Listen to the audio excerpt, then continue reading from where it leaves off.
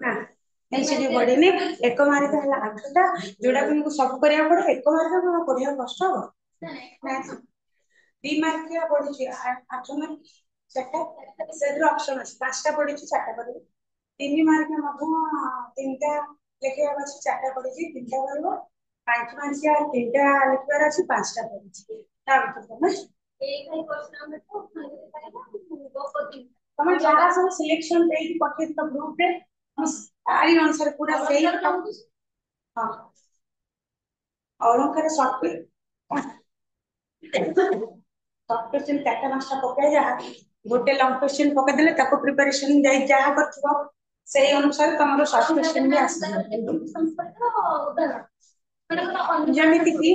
ଯେମିତିକି ଶବ୍ଦ ଅଳଙ୍କାର, ଅର୍ଥ ଅଳଙ୍କାର। ଶବ୍ଦ ଅଳଙ୍କାର କେତେ ପ୍ରକାର? ଶବ୍ଦ ଅଳଙ୍କାର କେତେ ପ୍ରକାର? ହଁ, ଯଦି ପଢିଥିବ ଶବ୍ଦ ଅଳଙ୍କାର 3 ପ୍ରକାରର, ତାହେଲେ ତାର ଡେସ୍କ୍ରାଇବ କର। ଶବ୍ଦ ଅଳଙ୍କାର କାହା କୁହାଯାଏ? ତାର 3 ପ୍ରକାର। ତା ସବୁ 3 ପ୍ରକାରରୁ 3ଟା ଯାକର ଗୋଟେ ଗୋଟେ ଡେଫିନେସନ ବା ଆଉ ଗୋଟେ ଉଦାହରଣ ସହିତ ଲେଖିବ। ଆଉ ଯଦି ପଢିଲା ଶବ୍ଦ ଅଳଙ୍କାର 3 ପ୍ରକାର, ଅନୁପ୍ରାସ, ଜନକ, ଶ୍ଲେଷ। ଯଦି ପଢିବ ଅନୁପ୍ରାସ ଅଳଙ୍କାର ପୁରା ଡେସ୍କ୍ରାଇବ କର, ତାହେଲେ ଅନୁପ୍ରାସ ଅଳଙ୍କାର କେତେ ପ୍ରକାର, କଣ କଣ ତାର ଉଦାହରଣ ଦେଇ କରିବ। ଯଦି ପଢିବ ଜମକ ଅଳଙ୍କାର ଡେସ୍କ୍ରାଇବ କର। ଜମକ ଅଳଙ୍କାର ମଧ୍ୟ କେତେ ପ୍ରକାର ଅଛି ନା, ମଧ୍ୟ ଜମକ, ପ୍ରାନ୍ତ ଜମକ, ଆଦ୍ୟ ଜମକ, ଏସବୁ ନାହିଁ କି? ଆଦ୍ୟ ଜମକ, ମାଳମାଳ ଜମକ,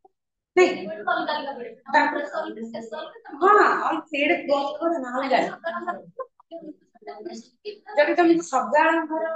ଡେସ୍କ୍ରାଇବ କରିବା ପାଇଁ ପଡୁଥିବ, ତାହେଲେ ଲେଖିବ ଶବ୍ଦ ଅଳଙ୍କାର କାହାକୁ କୁହାଯାଏ ଏବଂ କେତେ ପ୍ରକାର। ଆଉ ଯୋଉ 3 ପ୍ରକାରର ଅଛି ସବୁର ଯେମିତିକି ଅନୁପ୍ରାସ ଅଳଙ୍କାର କାହାକୁ କୁହାଯାଏ ଗୋଟେ ଉଦାହରଣ, ଜମକ କାହାକୁ କୁହାଯାଏ ଉଦାହରଣ, ତାକୁ ଆଉ ଭାଙ୍ଗିବା ଦରକାର ନାହିଁ। ଯଦି ତୁମର ଅନୁପ୍ରାସ ଅଳଙ୍କାର ଡେସ୍କ୍ରାଇବ କର ପଡିଥିବ, ସଂଜ୍ଞା ସ୍ୱରୂପ ବର୍ଣ୍ଣନା କର, ତାହେଲେ ତୁମେ ଅନୁପ୍ରାସ ଅଳଙ୍କାର କାହାକୁ କୁହାଯାଏ ଆଗେ ଲେଖିବ। ତାପରେ ଅନୁପ୍ରାସ ଅଳଙ୍କାର କେତେ ପ୍ରକାରର, ଆଉ ସବୁ ଅଳଙ୍କାର ନାଁ ଲେଖିବ। ତାକୁ ମଧ୍ୟ କାହା ଯେମିତି ଅନୁପ୍ରାସ କେତେ 5 ପ୍ରକାରର, ସେକାନୁପ୍ରାସ, ଲାଟାନୁପ୍ରାସ, ବୃତ୍ତାନୁପ୍ରାସ, ସୁକ୍ତାନୁପ୍ରାସ, ଅନ୍ତନୁପ୍ରାସ। ସେଇଭଳିଆ ଲେଖିବ। ବୃତ୍ତାନୁପ୍ରାସ କାହାକୁ କୁହାଯାଏ ଗୋଟେ ଏକ୍ସାମ୍ପଲ, ସୁକ୍ତାନୁପ୍ରାସ କାହାକୁ କୁହାଯାଏ ଗୋଟେ ଏକ୍ସାମ୍ପଲ, ଏମିତି କରିକି ଲେଖିବ। ଆଉ ଜମକ ଯଦି ପଡିଥିବ, ଜମକର ସଂଜ୍ଞା ସ୍ୱରୂପ ଯଦି ନିରୂପଣ କର, ତାହେଲେ ଜମକ ଅଳଙ୍କାର କାହାକୁ କୁହାଯାଏ ଆଉ କେତେ ପ୍ରକାରର, ତାର ସବୁ ଉଦାହରଣ ଦେଇକି ଲେଖିବ। या फिर ଶ୍ଲେଷ ଅଳଙ୍କାର ଯଦି ଡେସ୍କ୍ରାଇବ କରିବାକୁ ଦିଆଯାଏ, ସେଟା ମଧ୍ୟ ସେଇଭଳିଆ ଶ୍ଲେଷ ଅଳଙ୍କାର, ଏଇକୁ ଶ୍ଲେଷ ଅଳଙ୍କାର କୁହାଯାଏ। କେତେ ପ୍ରକାରର, ଯୋଉ ପ୍ରକାର ଗୁଡାକ ଅଛି ପ୍ରକାର ଭେଦ ତାକୁ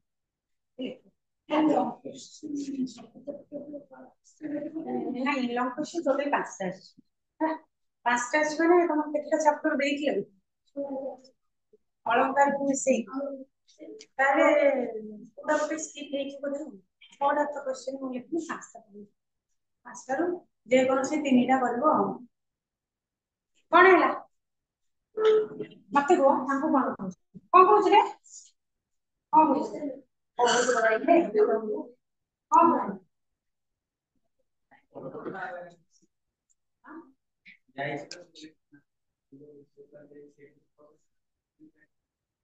ଯୋଉ ବିଷୟ ଗୁଡା ଦିଆଯାଇଛି ଯଦି ସେ ବୁଝୁନାହାନ୍ତି କଣ କରିବା,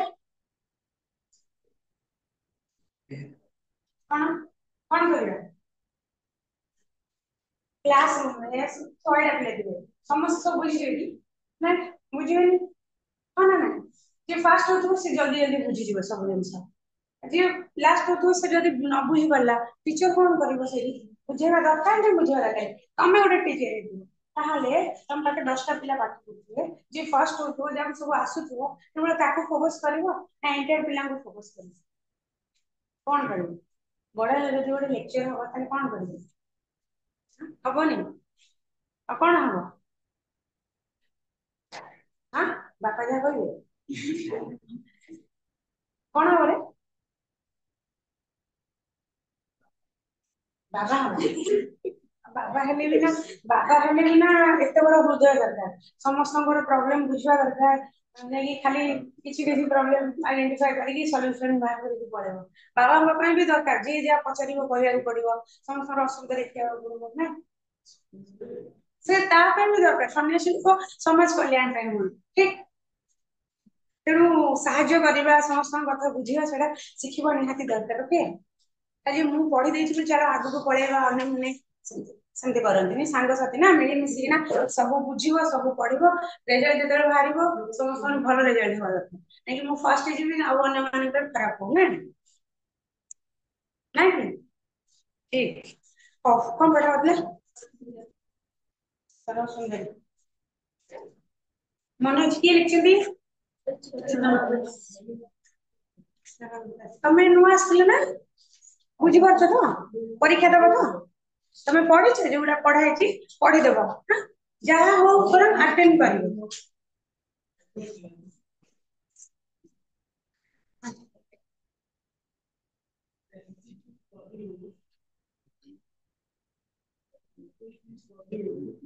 सरल सुंदरी लिखिछथि किए अच्युतानंद दास आ कोन लिखिले कोदि भाई से परिचित कई पढ़ी ना मते जाइनी अच्युतानंद एटा तो लिखिछथि आ कोदि भाई से अति परिचित सबआडे मालिका और हरिवंश प्लाई को जुगार कवि से तांको बापा का ना कोन तम पाख अनमोल आसो तुमको हम भूली जाइछ हाउ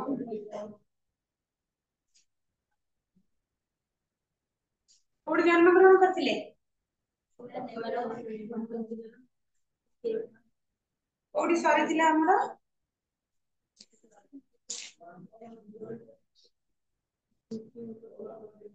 धूप मणिहळ वस्त्र सज्जी अंकेश्वर गुरु सरिला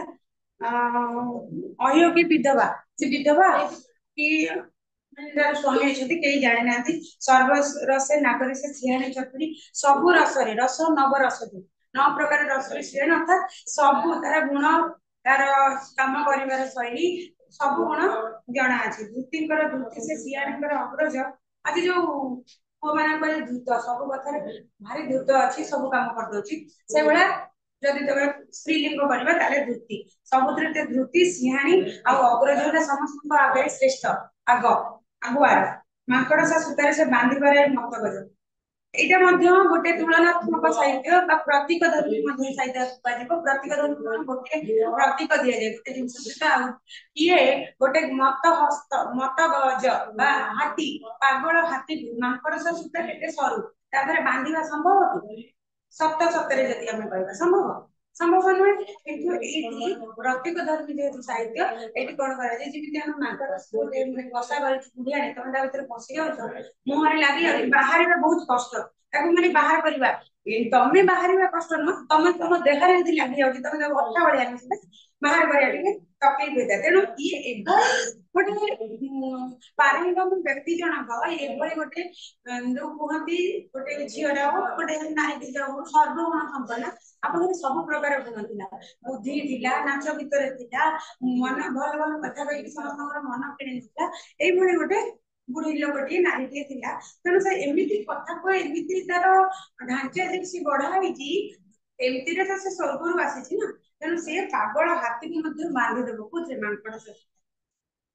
जोगी जन मान चित्त जे कौतुके पारई रंजी भगवंत ब्रह्मचारी लये से भगवान पारई भांगी जोगी जन होती जो माने जोगी एक चित एक मन रे भगवान को स्मरण करती से जेते स्मरण करते किछि तांकर यज्ञ बा तांकर जो तपस्या को भी भांगी पारନ୍ତି तांकर नर्तकी माने स्वर्गर नर्तकी माने आसी नाच गीत कले मत से तपस्या रे सेम रत होई थांती तांकर तपस्या भग्न हुए नै तांको मन मध्य ये करे रंजित माने मोहित करि नै जाय मनोरंजन कर दिए कौतुक भगवंत ब्रह्मचारी ऐसे अवहेले पारई भांगी अति सहजरे भांगी भांगी पारे कार भगवंत ब्रह्मचारी लय लय है ध्यान भगवंत ब्रह्मचारी जे ब्रह्मचारी संसार स्त्री एम प्रति एते न थाए मन न थाए मन निवेश करते नहीं से भली लोक मानकर अति सहजरे लय को भांगी एक मन एकाग्र चित्त को से भांगी दे पारती संपूर्ण षोलकला राति साहस निगाड़िला सान बड़ पर्यंत दुतिर सब जो षोलकला आम जहाँ पाखे बहुत सारा विभिन्न प्रकार ज्ञान थाए सब भलरे कहते चालाक चतुर 16 कलार पिलाटी सी माने कौन सब प्रकार बुद्धि सब प्रकार चालाक चतुर सबुथिरे से पारंगम तो सेही भली किछि ये थिला संपूर्ण 16 कला रति साहस रे बिगाड़िला रति साहस रति साहित्य गोटे अछि रति के गोटे ना सुनिछ रति बोली जणे अछंती ना सुनिछ कामदेव स्त्री का ना हला रति कामदेव से होती प्रेमर देवता रति साहस निगाड़े सान बड़ कर सब मेला अर्थात से निज स्नेह श्रद्धा भल पाइबारे जमीती गोटे लोक सत्य थी से क्या प्रति तार मन ढल नथिबो कामदेव काम बाण देले से ढली जीव क्या जमी शिव कथा मन पका पुराण जुगरे गोटे थर शिव को कामदेव को प्रेरणा कर शिव मन को भांगी शिव मन रे भल पाइबा जात करने तो ये हूँ से गोटे 16 कला गोटे नारी समस्त मन स्नेह श्रद्धा बुझे पारे सान बड़ पर्यंत छोट हूँ बड़ हूँ समस्त दुक्तिर सांगे मेला से दुक्ति समस्त मेल अच्छी अर्थात समस्त सहित सांगसाथी हो पारे एभली गोटे स्त्री लोकटे गोपपुर बास करता नाट गीत बहुत संगीत संसार भूत भविष्य सहित जान से समस्त विचार नाट गीत बहुत संगीत संसार अर्थात संसार संगीत रे नाच गीत सबुथिरे से पारंगम आ भूत भविष्य सहित भूत है कौन अतीत भविष्य है भविष्य माने सी तार कथार माधुरी रे तार जो गुड़िक गुण अच्छी तार माधुरी रे आ नाच गीत संगीत गान करिकी भूत भविष्य सहित अर्थात भविष्य अतीत समस्त सहित जान से समस्त विचार है भावना तो गोटे मनुष्य संगे मिसिला परे से तार भविष्य अतीत विषय सब जानी पारुथिला ता सहित कथा ही ता सहित समस्त आलोचना करुथिले समस्त सहित समस्त निजर अतीत हो सिक्रेट हो कि आगु कौन करिवार अछि कौन नाही शेयर करिवेन सेतिकी विश्वस्त लोक हेतले ता सहित शेयर करिवे किंतु एठी निजर कथा मन कथा को समस्त ए जो नारी आगे कौन करथिले कही पकाउथिले से तार भूत आ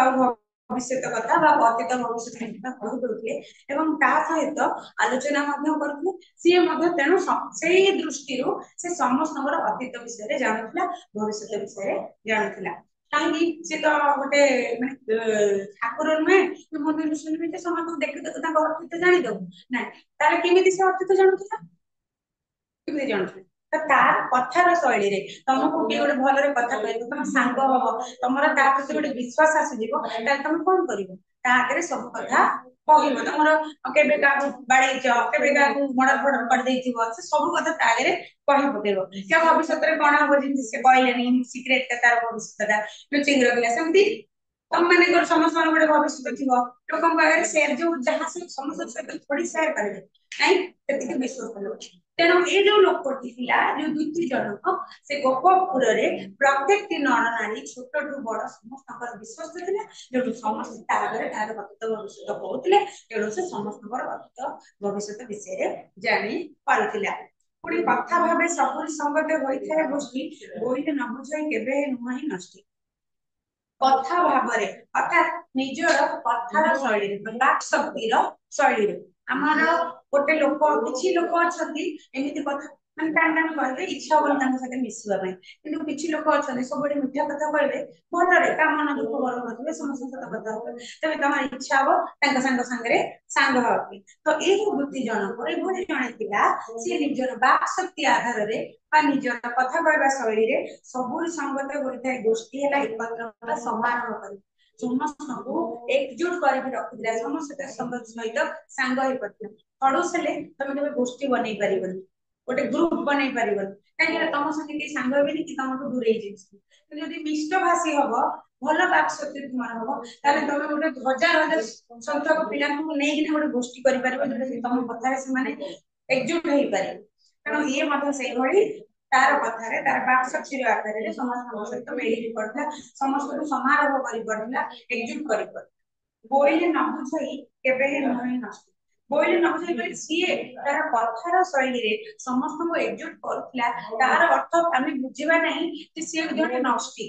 ନଷ୍ଟି ଅର୍ଥାତ୍ ଚରିତ୍ରହୀନା। ତାର ଅର୍ଥ ନୁହେଁ ସେ ଚରିତ୍ରହୀନା। କିଛି ଥାନ୍ତି ମିଛ ମିଠା ମିଠା କଥା କହିକି ଲୋକଙ୍କୁ ନିଜ ଆଡକୁ ଆକୃଷ୍ଟ କରନ୍ତି। ସିଏ କିନ୍ତୁ ସେଭଳି ନଥିଲା। ତାର ହୃଦୟ ଖୋଲା ଥିଲା। ଖୋଲା ହୃଦୟରେ ଅତି ପବିତ୍ର ହୃଦୟରେ ସେ ସମସ୍ତଙ୍କୁ ମିଶିକି ସମସ୍ତଙ୍କୁ ନିଜର କରୁଥିଲା।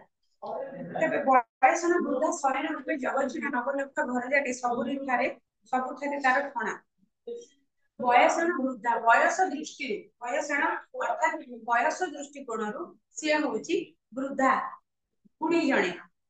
ଶରୀର ରୂପେ ଜଗଜିଣା କିନ୍ତୁ ଶରୀର ଯୋଉ ରୂପ ଏଟାର ଜଗଜିଣା ଅର୍ଥାତ୍ ରୂପଟି ସେମିତି ବୁଢୀ ଭଳି ଆମେ କହିନି। ରୂପଟି ଅତି ସୁନ୍ଦର। ବୁଢୀ ହେଲେ ବି ବୟସ ତାର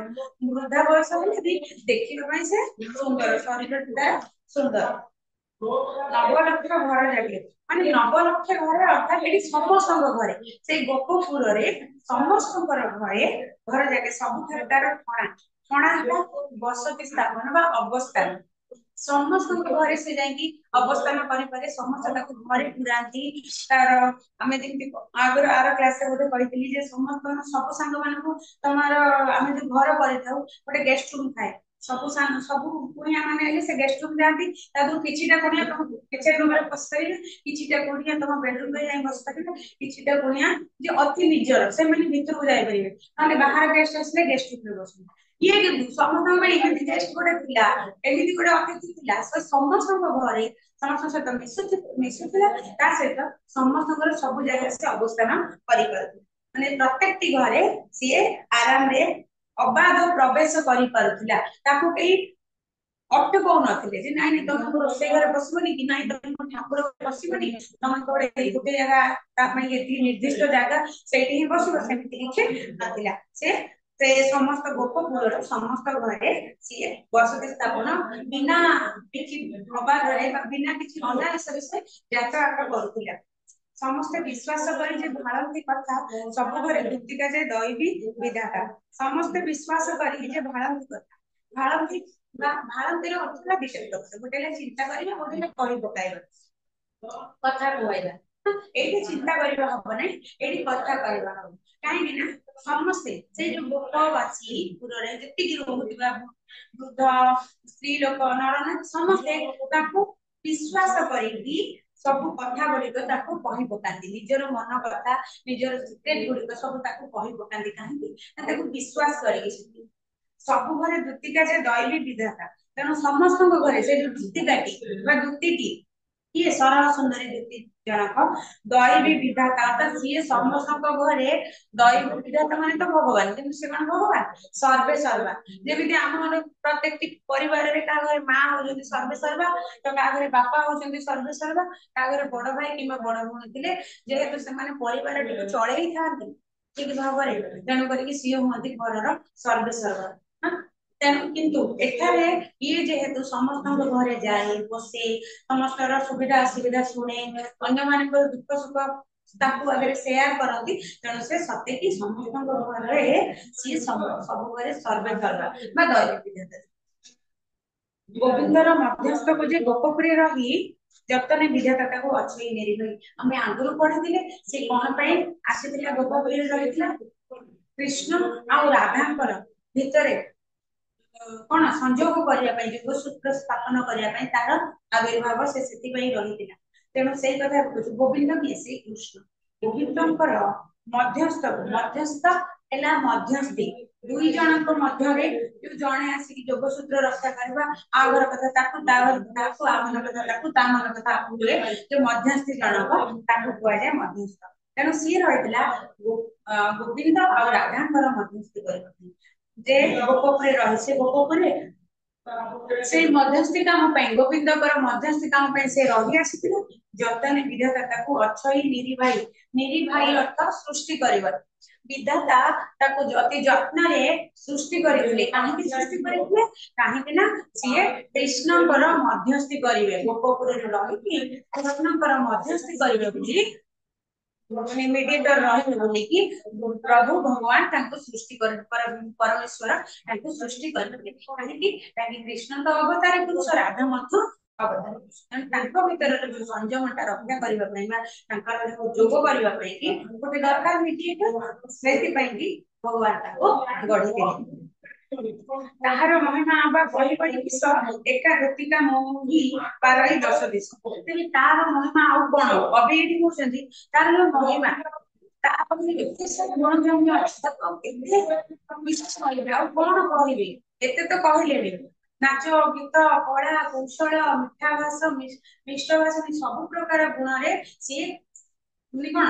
ଅଧିଷ୍ଠାତ୍ରୀ ସବୁ ଗୁଣ ତା ପାଖରେ ଅଛି ତା ସହିତ ଦେଖିବାକୁ ବି ସୁନ୍ଦର ବୁଢୀ ହେଲେ ବି ଦେଖାଯାଉଛି ସୁନ୍ଦର ସର୍ବଜୀଣା ଆଉ ସମସ୍ତଙ୍କର ମନ ପରିଚିତ ଏତେ ସାରା ଗୁଣ କହିବାରେ ପରେ ମଧ୍ୟ ଏତେ ସାରା ମହିମା ତାର ବଖାଣିବା ପରେ ଆଉ କଣ ଅଛି କହିବା ପାଇଁ କବି କହୁଛନ୍ତି ଏକା ଯୁକ୍ତିକା ମୋହି ପାରଇ ଦଶ ଦେଶ ତେଣୁ ପୁଣି କହୁଛନ୍ତି ତାର ଏତେ ଗୁଣ ତାର ମହିମା ଏତେ ଅଧିକା ଯେ ସେ ଏକା ଏକା ହେଲା ଜଣେ ମାତ୍ର ଯୁକ୍ତିକା ସେ ମୋହି ପାରଇ ଦଶ ଦିଶ ହେଲା ଦଶ ଦିଗ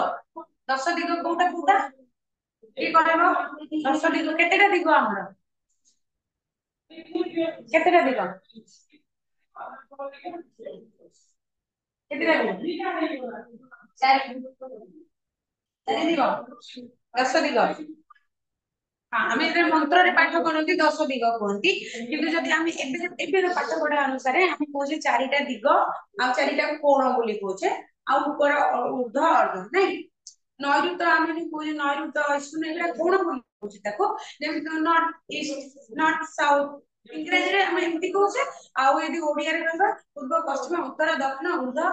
ଅର୍ଦ୍ଧ ନିଚ ଯିବା ଆଉ କଣ ଅଗ୍ନି ବାୟୁ ଅଶ୍ୱିନ ନୈଋତ ଚାରିଟାକୁ ଆମେ କୋଣ ବୋଲି କହୁଛେ କିନ୍ତୁ ସବୁ ମିଶେଇଦେଲେ ଦଶ ଦିଗ ତେଣୁ ସେଇ ଯୋଉ ଦଶ ଦିଗର କୃତିକା ସବୁ ଆଡକୁ ସେ ମୋହିତ କରିଦେଇ ପାରିଲା ଭଳି ଶକ୍ତି ତା ପାଖରେ ଅଛି ଗୋପନଗରରେ ଅଛନ୍ତି ଯେତେକ ଗୋପାଳୁଣୀ କେହି ଲଙ୍ଘି ନ ପାରନ୍ତି ଏକା ଦୂତିକାର ବାଣୀ ତେଣୁ ଗୋପନଗରୀରେ ଯେତେ ସାରା ଗୋପାଳୁଣୀ ଅଛନ୍ତି ଗୋପାଳ ସ୍ତ୍ରୀ ମାନେ ଯୋଉମାନେ ଗୋପାଳୁଣୀ ନାରୀ ମାନେ ଯେତେ ସାରା ଗୋପାଳୁଣୀ ମାନେ ଗୋପନଗରରେ ଅଛନ୍ତି କେହି ହେଲେ ଲଙ୍ଘି ପାରନ୍ତି ନାହିଁ ଲଙ୍ଘିବାର ଅର୍ଥ ମଧ୍ୟ ଦିଟା ଗୋଟେ ଲଙ୍ଘିବାର ଅର୍ଥ ଆମେ ଅତିକ୍ରମ କରିଯିବା ଆଉ ଗୋଟେ ଲଙ୍ଘିବାର ଅର୍ଥ ହେଲା ଅମାନ୍ୟ କରିବା ଏଇଠି ଆମେ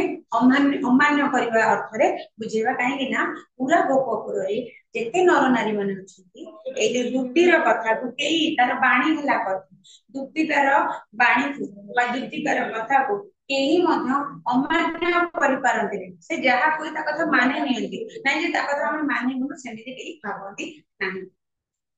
ରାଧା ମାଧବଙ୍କର ରାସ ରତିରଙ୍ଗ ଭାବ ପୂର୍ବଜନ୍ମ ବାସନାର ଦୂତିକା ଜାଣଇନା ଠାବ ତେବେ ରାଧା ମାଧବ ହଉଛନ୍ତି କୃଷ୍ଣ ରାଧା ହଉଛନ୍ତି ତମର ଯୋଉ ରାଧା ରାଧିକା ତାଙ୍କର ରାସ ରତିରଙ୍ଗ ଭାବ ଅର୍ଥାତ ତାଙ୍କର ଯୋଉ ପ୍ରେମ ସମ୍ପର୍କ ରାଧା ଆଉ କୃଷ୍ଣଙ୍କର ପ୍ରେମ ସମ୍ପର୍କକୁ ରାସ କ୍ରୀଡାକୁ ଆଗକୁ ନବା ପାଇଁ କି ପୂର୍ବଜନ୍ମ ବାସନାର ଦୂତିକା ଜଣାନାହିଁ ସେ ପୂର୍ବ ଜନ୍ମରୁ ସିଏ ଜାଣିଛି ସେ କୋଉ ଠାବ ଏର ପୂର୍ବରେ ରାଧା ଆଉ କୃଷ୍ଣ କଣ ଅବତାର ଗ୍ରହଣ କରିଛନ୍ତି ନା ଯେହେତୁ ରାଧାକୃଷ୍ଣ ଅବତାର ଗ୍ରହଣ କରିଛନ୍ତି ତେଣୁ ଅବତାର ନେବା ପୂର୍ବରୁ ହିଁ ବିଧାତା ତାକୁ ରେଡି କରିଛି ଯେ ଏଇଭଳି ରାଧାକୃଷ୍ଣ ଜନ୍ମ ହେଇଛନ୍ତି ମର୍ତ୍ତ୍ୟ କୂଳରେ ଜନ୍ମ ହେବେ ମୁଁ ଯିବୁ ତାଙ୍କର ରାସ ରଚନା କରିବା ପାଇଁ ତାଙ୍କୁ ତ ସାହାଯ୍ୟ କରିବୁ ବିଧାତା ଏଇଥିପାଇଁ ତାଙ୍କୁ ଗଢିଛି ତେଣୁ ବର୍ତ୍ତମାନ ଯେତେବେଳେ ଆସିଛନ୍ତି ନନ୍ଦପୁରରେ ଯୋଉ ପ୍ରବେଶ କରିଛନ୍ତି ସେତେବେଳକୁ କୃଷ୍ଣ ଏତେ ଛୋଟିଆଟି ତାହେଲେ ରାଧାକୃଷ୍ଣଙ୍କର ସେତେବେଳକୁ ରାସ କ୍ରୀଡା କିଛି ହେଇନାହିଁ ରାଧା କୋଉଠି ଜନ୍ମ ହେଇଥିଲେ କି କୃଷ୍ଣ ତାଙ୍କ ସହିତ ସଂଯୋଗ ଘଟିବ ସେଟା କିଛି ହେଇନି ଏପର୍ଯ୍ୟନ୍ତ କିନ୍ତୁ ଇଏ ସବୁ ଘଟଣା ଜାଣିଛି ପୂର୍ବ ଘଟଣା ମାନ ଜାଣିଛି ଆଉ ଇଏ ହିଁ ସେଥିପାଇଁ ଆସିଛି ସବୁ ଦି ଜଣଙ୍କରୁ ସମ୍ପର୍କ ସ୍ଥାପନ କରିବା ପାଇଁ ମିଡିଲ ମ୍ୟାନ ହବ ଦି ଜଣଙ୍କ ମଧ୍ୟରେ ତେଣୁ ସିଏ ଆସିଛି ସ୍ୱଭାବ କୁଆଁର ପୁନେଇ ଯେ ଉତ୍ସବ ନନ୍ଦ ଘରେ ନବରତ୍ନ କାଞ୍ଚନ ନେଉଅଛନ୍ତି ଯେ ଯାହାରେ ପୁଣି ସ୍ୱଭାବେ ଅର୍ଥାତ ପ୍ରକୃତରେ ବା ଆଚରଣରେ ଅର୍ଥାତ ସେଇ ଦିନ ଯୋଉ ଦିନ ଆସିଛି ଦୁଇ ଘଡିରେ ରାତ୍ରି ବେନି ଘଡିରେ ଆସିକି ସହର ସୁନ୍ଦରୀ ପହଞ୍ଚି ଯାଇଛି ନନ୍ଦର ଉଆସରେ ସେଇଦିନ କୁମାର ପୂର୍ଣ୍ଣମୀ ଉତ୍ସବ ଚାଲିଛି ନନ୍ଦ ଘରେ ପ୍ରକୃତରେ କୁମାର ପୂର୍ଣ୍ଣମୀ ଉତ୍ସବଟି ଝିଅ ମାନେ ପୂଜା କରନ୍ତି ସେଭଳି ଗୋଟେ ଉତ୍ସବ ନନ୍ଦ ଘରେ ପାଳନ କରାଯାଉଛି ନବରତ୍ନ କାଞ୍ଚନ ନେଉଅଛନ୍ତି ଯେ ଯାହାରେ आउ सेई कुमार पूर्णमी सब जेहेतु होउची ता सहित नंदक घरे गोटे छोट छुआटिए जन्म होती कृष्ण जन्म होती कृष्ण सेठी प्रकृत तो कृष्ण सेठी जन्म ही नहीं किंतु सेटा तो लुच्चा छपा कथा केही तो जानि नाहंती तेणु करिकिना जेहेतु कृष्ण जन्म दिन चली कृष्ण पूजा पर्वण हम छोट छुआटी दौड़ी झुमुची छुआटी शोची एवं ता सहित गोटे भल पूर्णमी तिथि पूर्णिमा कुमार पूर्णिमा तेणु नवरत्न कांचन कांचन है सुना नवरत्न है 9 प्रकार रत्न नवरत्न जेମିତି नवरत्न सब मोती ग्रह जिनस तैयारी कर पिंधा हुए तो से सब मूल्यवान धातु गुड़िक से 9 प्रकार धातु रत्न आउ कांचन अर्थात सुना ए सब जी जार पार्चन नौचंती जेहेतु नंद राजा जने राजा छुआटी घर ही कुमार पूर्णिमा उत्सव चलती तो सेई राज्यर अन्य प्रजा माने तांका घर को आसुचंती एवं जी जार सुना रूपा हीरा नीला रत्न माणिक जी जार नबा कथा नहीं कि जाउचंती उपहार सदृश नहीं कि जाउचंती ए पेज क्लियर ना डाउट अछि त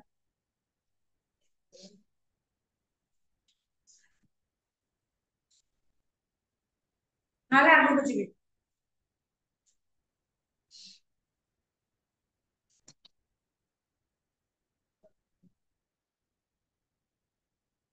क्लियर आगु बुझिबा क्लियर क्लियर तम बुझिबो जना बाबा आगु बुझिबा तो नीरवे बसी नंद बिड़हुछंती आए चहल बाजू अछि जे मधुबन पर्वत रु गोमत पर्वत जाए तो नीरवे चुपचाप शांत भाव बसी नंद बिहलुछंती आए आए हैला आसुथिबा बिड़हुछंती हैला अभ्यर्थना करछंती बा सत्कार करछंती जेते बेले तम घरे गोटे फंक्शन थाए तमको आसुथिबा कुनिया मानु अतिथि मानु हमको कोन करे सत्कार करिया पड़ी था नहीं ଆପଣ କୁଣିଆ ତମେ ଘରେ ବସିଥାଅ କି କୁଣିଆ ଆସିଲା ବେଳକୁ ବେଡରୁମ ରେ ଶୋଇଥିବ ନାଇଁ ତମକୁ କଣ କରିବାକୁ ପଡେ ଦାଣ୍ଡ ପାଖରେ କି ଜଣେ ତମ ଘର ଲୋକ ଠିଆ ହେଇଥିବେ କୁଣିଆ ଆସିଲେ ଆସନ୍ତୁ ବସନ୍ତୁ ତା ଫଙ୍କସନ ରେ ଠିକ ସେଇଭଳି ନନ୍ଦ ମଧ୍ୟ କଣ କରୁଛନ୍ତି ଚୁପଚାପ ମାନେ ନୀରବରେ ବିନା ପାଟିରେ ବସିକି ସେ ଆସୁଥିବା କୁଣିଆ ମାନଙ୍କୁ ସତ୍କାର କରୁଛନ୍ତି ବା ଅଭ୍ୟର୍ଥନା କରୁଛନ୍ତି ବିହଳୁଛନ୍ତି ଚହଳ ବାଜୁଅଛି ଯେ ମଧୁବନ ପର୍ବତ କୁମତ ପର୍ବତ କୌମଦ पर्वत है गोवर्धन पर्वत मधुबन पर्वत है मथुरा रे गोटे मधुबन पर्वत आ गोमर्त है गोवर्धन पर्वत जोटा गिरी गोवर्धन जोटा गोटे अच्छे गोपर तेणु माने अर्थात मथुरा गोप लगे घर पूजा पर्वण उत्सव चली तार देवी माता चारिड़े बाजुची पूजा चली तुम सब सुना रूपा अलंकार दिया जाउची अतिथि माने जाउछंती खाइबा पिबा जेमिति कि हमर गाँ रे गोटे घरे जदि किछि भोजी भात होची पांच खंड गाँ तमे निमंत्रण करछो माइक बाजुची बाजा बाजुची समस्त जानू सेति भाई ये मध्य आंक घरे फंक्शन होची जेहेतु उत्सवटे होची तेनु बाजा बाजणी सब बाजुची एवं कुनिया माने जीवाश्रय करछंती सबडे चहळ पड़िची चहळ बाजू अछि चारि आडे गोपर मथुरा पर्यंत चहळ पड़िची पूजा होची बोली नंद भारत ପାଇଁ ଦୂତିକା ପଇଲା ଅତି ବେବେ ଗ୍ରହସ୍ଥିତ ଭୂଷଣ ଆସି ମିଳିଲା ନନ୍ଦରାଜ ବାରତା ଅର୍ଥାତ୍ ଖବର ଖବର ପାଇକି ଯେତେବେଳେ ଆ ଘରେ ଗୋଟେ ପୂଜା ହଉଛି ସେଇ ଖବରଟା ଦୂତି କାନରେ ପଡି ଦୂତି ତ ଅଛି କୋଉଠି ରହୁଛି ସେ ଗୋପପୁରରେ ବାସ କରୁଥିଲା ଯେତେବେଳେ ଶୁଣିଲା ନନ୍ଦ ଘରେ ଭଲ ଗୋଟେ ଫଙ୍କସନ ଗୋଟେ ଚାଲିଛି ଗୋଟେ ଉତ୍ସବ ଚାଲିଛି କୃଷ୍ଣ ଜନ୍ମ ହେଇଛନ୍ତି କୁମାର ପୂର୍ଣ୍ଣିମା ଉତ୍ସବ ଚାଲିଛି ସେଠି ସବୁ ଲୋକମାନେ ଆସୁଛନ୍ତି ଅତିଥି ଅଭ୍ୟର୍ଥନା ମାନେ ଆସୁଛନ୍ତି ତେଣୁ ଯାହା କାନରେ ଯେତେବେଳେ ବାଜିଛି ଖବରଟି ବାର୍ତ୍ତାଟି ଯେତେବେଳେ ସେ ଶୁଣିବ ତ କଣ ହେଇଛି ଅତି ବେଗେ ଅର୍ଥାତ୍ ଅତି ଶୀଘ୍ର ଆସିକି ପହଞ୍ଚିଗଲା କୋଉଠି ନନ୍ଦର ଆଗରେ ଗ୍ରହ ଶୀତ ହୋଇଣ ଗ୍ରହ ଶୀତ ହେଲା ଅଳ୍ପ ହସିକି ଯୋଉଟା ଆମେ ଦର ହସା ଦର ହସା ମାନେ ଅଳ୍ପ ଟିକେ ହସିବ ସ୍ମାଇଲ ଟିକିରି କରି ହସ ପାଟି ଖୋଲି ଗୋଟେ ହସିବା ଥାଏ ଆଉ ଗୋଟେ ଅଳ୍ପ ଟିକେ ସ୍ମାଇଲ ନେବା ଥାଏ ଯେମିତି ଦେଲା ସ୍ମାଇଲ ଟା ହେଲା ସେଇଭଳିଆ ଟିକେ ଟିକେ ଦେବା ସିଏ ମଧ୍ୟ ସେମିତି ଅଳ୍ପ ହସିକି ବା ସ୍ମିତ ହାସ୍ୟ ଦେଇକିନା ଆସିକି ନନ୍ଦ ଆଗରେ ଉପସ୍ଥିତ ହେଇଗଲା ଯଶୋଦାଙ୍କୁ ବଧାଇ ମାଗିଲା ଅବନୀଳେ ତୁରିତେ ମିଳିଲା ଯାଇ ଗୋବିନ୍ଦର ଦୋଳି ତଳେ ପୁଣି ଯଶୋଦାଙ୍କୁ ବଧାଇ ଦେଲା ଅର୍ଥାତ୍ କୃତଜ୍ଞତା ଜ୍ଞାପନ କରିଲା जो तार छुआ छुआ पूजा अर्चना चली तुम जी भी जार छुआ घर आसिक कृतज्ञता जनइबे कि आम जो बाहर जाऊ भोजीटे खाऊ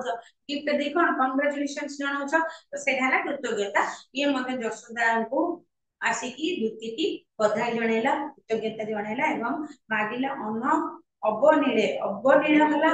अनायासरे अर्थात बिना द्विधारे मनरे किछि द्विधा न रखि माने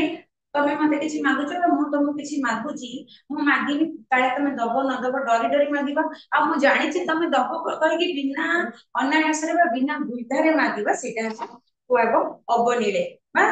बिना किछि न डरी कि अनायासरे से मागिला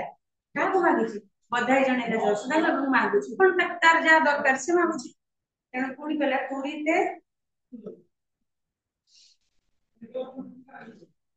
तुरीते मिलिले जाई गोविंदर दोली तळे तुरीते हला तक्षणा संगे संगे तुरीते हला शीघ्र बा तक्षणा मिलिले जाई गोविंदर दोली तळे गोविंद अर्थात कृष्ण छोट पिला जेतेबेले जन्म होता खेलेबा पई दोली जो झूला थाए आ केवल होता है बा खंभ होता है गोटे झूला झूलता है ता भीतर कृष्ण झूलछन से जाई कि तार दोली तळे उपस्थित हो गेला टीका जण देखिला उद्यान साही होई पहड़ बहुड़ी छंकी देव भरी संपूर्ण चंद्रमा होछि कि महाभारत देखिला जाई देखिला जेतेबेले दोली तळे उपस्थित हो गेला जाई कृष्ण सोईचंती झुकिचंती दोली रे देखिला उद्यान साही अर्थात चीज होई ऊपर को चाहिए कृष्ण से जो छोट पिलाटी दोलीटी रे ऊपर को चाहिए सोईचंती आगुआ मुह करके ऊपर को चाहिए बा चीज रे की सोईचंती पहुड़ी छंती बा निद्रा जाइछंती आ गोटे अर्थरे झुलुचंती बोले मध्य कुआ जाय परिबो केही ताको निद्रा जाइछंती कुआ जाय परिबो तो कृष्ण तार दृश्यटी कोन दोली की झुलुची दोली ऊपर गोटे छोटिया छुआटे बा कृष्ण बाल कृष्ण चीत है ऊपर मुंह करके सोई के झुलुचंती हल्का निदरे झुलुचंती देवहरी अर्थात कृष्ण संपूर्ण चंद्रमा होछि कि महाभारत मेरी सते जेमिति देखा जाउछि भगवान जेमिति सोई छथि तांकर मुहटी जेमिति देखा जाउछि एते झलस अछि गोटे साधारण पिला हमर घर आम किछो माने देवता किछि दरकार नहीं कि दानव दरकार नहीं कि किछि भगवान दरकार नहीं साधारण गोटे पिला भी हमर मानव छोटिया छुआटे केतेबेले आमे देखले ता मुहरु मध्य आभा भारत देखले केते खुशी लागे नहीं कुनी छुआटे ता मुह देखते सुंदर देखते ये तो भगवान भगवान का अवतार तेणु ये आउरी केते आभा न देखा जाउछो सते जेमिति चंद्रमा होइछि कि महाघोर तिमिरी तिमिरी है अंधकार महाघोर है सही घन अंधकार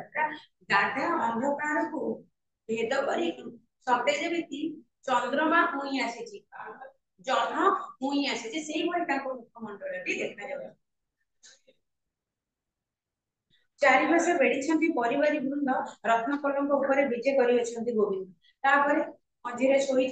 गोविंद से जो झूलारे चारिपटे बेढ़ी चारिपटे परिवारी वृंद अर्थात जो बंधु बांधव प्रिय परिजन माने छुआ छू देखा चतुर्पार्श्व घेरिकिना रही रत्न पलंक जो झुलुचंती सी कौ भली पलंकटे झूला लगी रत्न पलंक से पलंक रत्न फट पड़ी रत्न खचित पलंक विजय कर गोविंद गोविंद से झुलुचंती शोई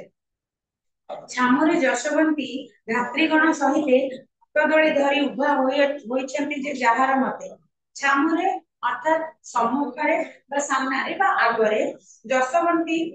छामरे जशवंती जशवंती हेले जशोदा तांको सहित धात्रीगण सहित जशोदा समेत अन्य धात्री होचंती छोट पिला मानकु लालन पालन करिवा पई जो मान थांदी बा तांको हमें धात्री बोली कहू ताको अन्य अर्थरे जन्मदात्री ये छोट पिलाटी जन्म देता है जन्म देकी लालन पालन कले सेला जन्मदात्री तो सेही भली धात्री की आपण कहबा जे जो माने छोट पिला मानको लालन पालन करूथिबा स्त्री लोक माने ताको मध्य हमें धात्री बोली कहू तो सेही जो अन्य धात्रीगण सहित जो माने कृष्ण को आसे कि गेलो करूची कि तेल घसी दोची कि दार किछि सहाय्य कर दउचंती से छोट बाल कृष्ण को सेही भली धात्री को सहित जशोदा मध्ये सेही उपस्थित अछंती फट दोली धरि उभा होइछथि जे जहार मते तेनु से फटर दोली झुलुथिला ତାକୁ ଧରିକି ଉଭା ହୋଇଛନ୍ତି ଅର୍ଥାତ୍ ଉପସ୍ଥିତ ହୋଇଛନ୍ତି ଯେ ଯାହାର ମତେ ମତେ ହେଲା ଇଚ୍ଛା ଅନୁସାରେ ଦୋଳିଟି ଝୁଲୁଛି, କୃଷ୍ଣ ତା ଭିତରେ ଶୋଇଛନ୍ତି। ଯଶୋଦା ସମେତ ଅନ୍ୟ ଗୋପାଳୀ ମାନେ ଯୋଉମାନେ ଛୋଟ ପିଲାଙ୍କୁ ଲାଳନ ପାଳନ କରୁଥିବା ଧାତ୍ରୀ ମାନେ ବା ସ୍ତ୍ରୀ ଲୋକମାନେ ସେ ଚତୁର୍ପାର୍ଶ୍ୱରେ ଯିଏ ଯାହା ଯାହା ଅନୁସାରେ କିଏ ହାତକୁ ଭାଙ୍ଗିକି କିଏ ହାତ ଖଟକୁ ଧରିକି କିଏ ଝୁଲାକୁ ଧରିକି ଯେ ଯାହାର ଅନୁସାରେ ସମସ୍ତେ ସେଠି ଉପସ୍ଥିତ ହଉଛନ୍ତି, ସମସ୍ତେ ସେଠି ଘେରିକି ଠିଆ ହେଇଛନ୍ତି ସେ ଦୋଳିକି। ଚନ୍ଦ୍ରକୁ ଆବରି ଯେସନେବ ଉଦୟ ନକ୍ଷତ୍ରପନ୍ଥୀ କୃଷ୍ଣଙ୍କୁ ବେଡି ଗୋପୀ ମାନେ ବସନ୍ତି ସେଇମତି। ଚନ୍ଦ୍ରକୁ ଆବରି ଅର୍ଥାତ୍ ଚନ୍ଦ୍ରକୁ ଆବରିବା ମାନେ ବେଡିବା, ତା ଚତୁର୍ପାର୍ଶ୍ୱରେ ଘେରି ରହିବା। ଯେସନେବ ହେଲା ଯେଉଁ ଭଳି ଉଦୟ ନକ୍ଷତ୍ର ପନ୍ଥୀ, ନକ୍ଷତ୍ର ନକ୍ଷତ୍ର କଣ ଆକାଶରେ ତାରା ନକ୍ଷତ୍ର ଦେଖିଥିବ, ପନ୍ଥୀ ହେଲା ଦଳ। ତ ଯେମିତି ଆକାଶରେ ତାରା ମାନେ ନକ୍ଷତ୍ର ମାନେ ଦଳ ଦଳ ହେଇକି ରହିଥାନ୍ତି ଚନ୍ଦ୍ରକୁ ଆବରିକି, ଆକାଶରେ ସନ୍ଧ୍ୟା ସମୟରେ ଚନ୍ଦ୍ର ଥିବ ଗୋଟିଏ, ଚାତୁର୍ପାର୍ଶ୍ୱରେ ସବୁ ଚାରିଆଡେ ତାରା ଗୁଡିକ ଭର୍ତ୍ତି ହେଇଥିବେ, ନାଇଁ ନକ୍ଷତ୍ର ଗୁଡିକ ଭର୍ତ୍ତି ହେଇଥିବେ। ତ ଯୋଉଭଳି ଦେଖାଯାଆନ୍ତି, ଯେମିତି ଜହ୍ନକୁ ଆବରିକି ବା ଜହ୍ନକୁ ଘେରିକି ତାରା ମାନେ ଦେଖାଯାଆନ୍ତି, ଠିକ ସେଇଭଳି ସଦୃଶ୍ୟ ସେଇଭଳି ଦୃଶ୍ୟ ଦେଖିବାକୁ ମିଳିଥିଲା କୃଷ୍ଣଙ୍କୁ ବେଡିକି ଗୋପୀ ମାନେ ବସନ୍ତି ସେଇ ମତି ଅର୍ଥାତ୍ ସେଇପରି ଆକାଶରେ ଚନ୍ଦ୍ରକୁ ଘେରିକି ଯେମିତି ତାରା ମାନେ ଉପସ୍ଥିତ ଥାନ୍ତି ସେଇଭଳି କୃଷ୍ଣଙ୍କୁ ବେଡିକି